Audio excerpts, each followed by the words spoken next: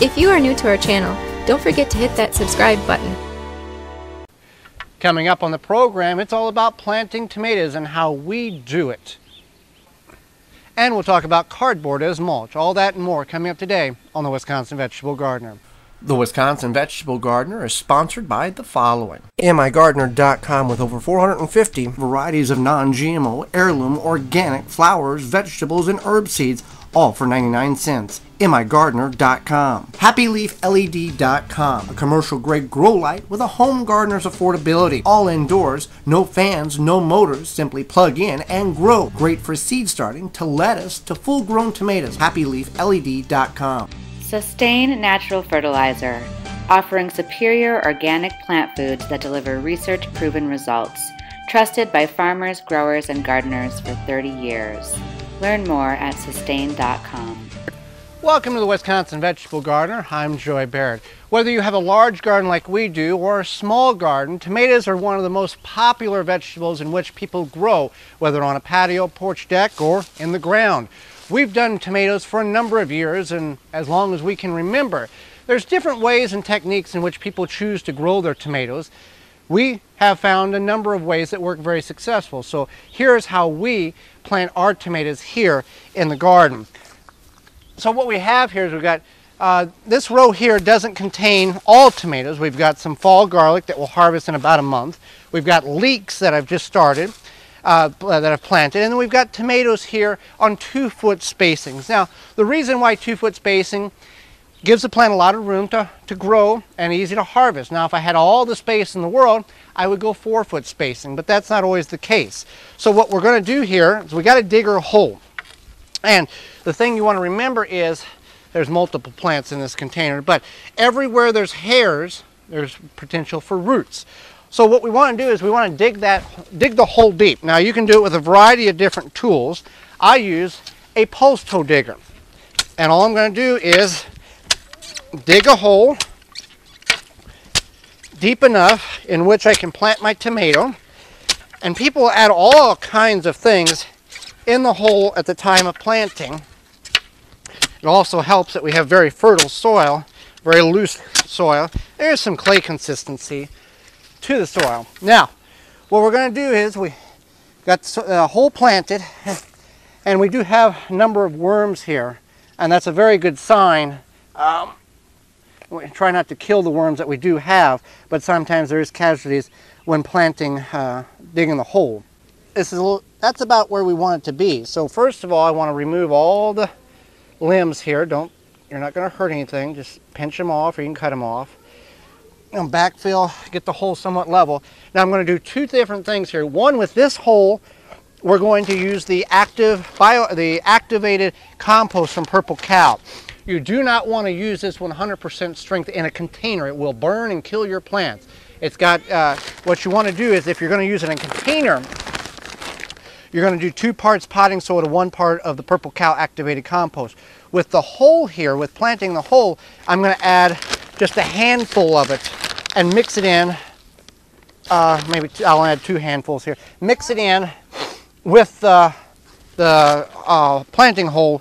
I want 1/3 of the hole filled with the activate is the actual instructions. And then I'm going to mix it in with the native soil here, just so it's broke down a little bit. And then I'm going to take my tomato. I'm going to plant it right there. Now gently backfill, because you may have clods like this, and if it hits wrong, it will snap that stem. So we want to backfill. All right. So let's see if I can fix this. There we go. That's better. It's okay to bury it 3/4 of the way down or 80% of the way down. That's just going to give more roots to the tomato.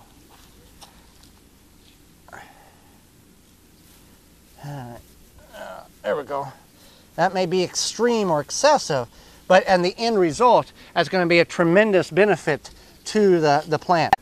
So with that being planted that much, we do want to do 2 things. One, we want to add a handful of whole grain cornmeal around the base here that has a beneficial bacteria called trichoderma that fights the early blight in your soil. All soil has it. It does a great job in fighting it. Secondly, we want to mulch around our tomato. Even though it's low to the ground, we want to put leaves, dry grass clippings, chemical-free grass clippings, and kind of nestle this around, because we want to prevent as much soil splash up on the leaves as possible. That's where your diseases will come from. And again, this looks excessive, but in 2 or 3 weeks, that plant will be up like that. The roots of that stem that has all the hairs, the roots will expand out, develop, and it'll be a much stronger, healthier plant. So now with the other plant hole here with the pineapple tomato, we're not going to use the bioactive. We are going to use the Purple Cow tomato grow. Now, the way you do this is you take 2 or 3 handfuls, or 1 or 2 handfuls of Purple Cow organic tomato grow with your garden soil at the bottom of the hole. So first of all, we want to make sure we get the limbs pinched off here. All right, a little too deep. Backfill, a little bit more. Okay. So now we'll take a handful or 2 handfuls of it. All right, now mix it in. And then what does it say? We plant the tomato. We'll backfill gently. Just like that. And want to create some type of a ring as best we can around this tomato with the native soil. And then it says take 2 to 4 handfuls of the Purple Cow organic tomato grow and fill in the ring. And what that's going to do is it's going to feed the plant as you water and it rains. It's going to supplementally feed the plant. And again, we are going to mulch this as well. We'll put the whole grain cornmeal down. If you get it on the leaves, it's not a big deal. You can reapply the whole grain cornmeal halfway through the growing season if you feel that's necessary. And also now, we talk about early blight a lot. So we've done 2 things here, and we'll do a third thing as the tomatoes grow. We've applied the whole grain cornmeal. It has to be yellow whole grain cornmeal. It can be any type of brand, just yellow whole grain cornmeal. So that's number 1 to fight it's got the trichoderma that fights the blight. Secondly, we've mulched to prevent the soil from splashing up. And thirdly, as the plant grows, we'll begin to trim the bottom 6 to 8 inches of the plant throughout the growing season to create an air pocket or space and to prevent splash up of soil on the leaves. So this is just one way of planting our tomatoes. Other people will add fertilizer, other people will add magnesium sulfate, and powdered milk, any variety of different things. But this is how we've done. So you don't have to have fancy containers in order to grow a garden. We're going to use a 5-gallon bucket here. Now, we purchased these from a restaurant. They were very fortunate we were able to get them for $1 a piece. You just got to look around. These are food grade. Pickles came in them. So what we've done here, most people will drill holes in the bottom, which is fine. What we want to do is drill holes in the side here, about 1 inch, even you can go 2 inches high. What that does is create a little bit of a self-watering or water reservoir. So if you forget to water one day, that will wick back up. You don't want to put shards of pottery or anything down there. It's going to clog the holes. Really doesn't, science has found that really makes no difference in that. You just want to fill normal soil, drain, the water will fill, drain out the side here. So what we're going to do is we're going to plant a Chadwick cherry tomato. I've got some smaller ones in here. I got to get this one out. We're going to plant it in here. We're going to use the Purple Cow activated potting soil with PCO mineral complex in it. This is designed for container gardens, so it'll work just fine. Get it opened here.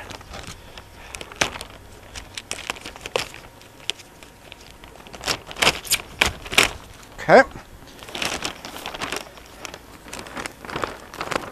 Good mix. So what we want to do here, now there's different instructions on how to do this. I'm just going to fill this bucket almost full, about 1 inch from the top, and then we'll talk about planting that tomato deep in the container, unlike other vegetables. So there's a good fluffy mix here.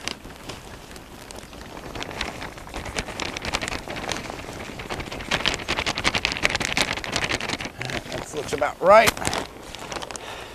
Now this here, this bag is 1.5 cubic foot of potting, Purple Cow potting mix, and it will do 8 10-inch pots, so it gives you some idea of how much is in the bag. Okay, so we're about 2 inches from the top. I'm okay with that.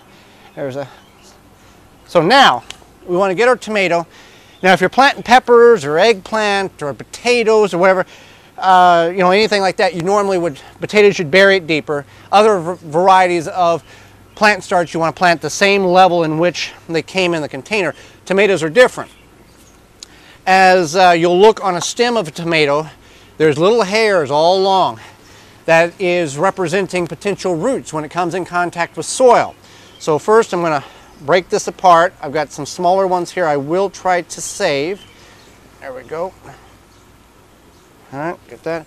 Now what we want to do is we want to plant it that deep. Below my fingers, all of this will be in the soil. So I just want to pinch off the tomatoes, limbs here. Not going to hurt the tomato plant. So we get rid of those. You don't want to plant those because those can rot and cause problems. So secondly here, we want to dig a hole. So now I'm just going to add a little fertilizer. And now I'm going to plant this thing deep. I can even go deeper than that, almost to the bottom of the container. All right, now you kind of centralize it and just shake the bucket, and it puts the soil right around it. I can add some more soil here to get it around the stem.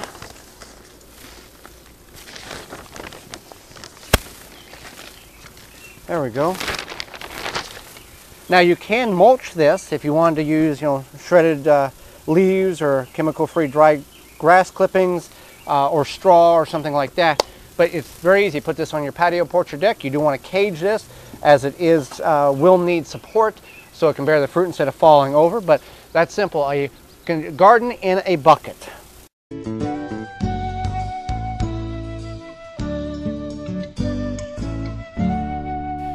So what we have here is a large bed that's about 5 foot wide, and we've got yacons planted. We've got 20 yacons in this bed.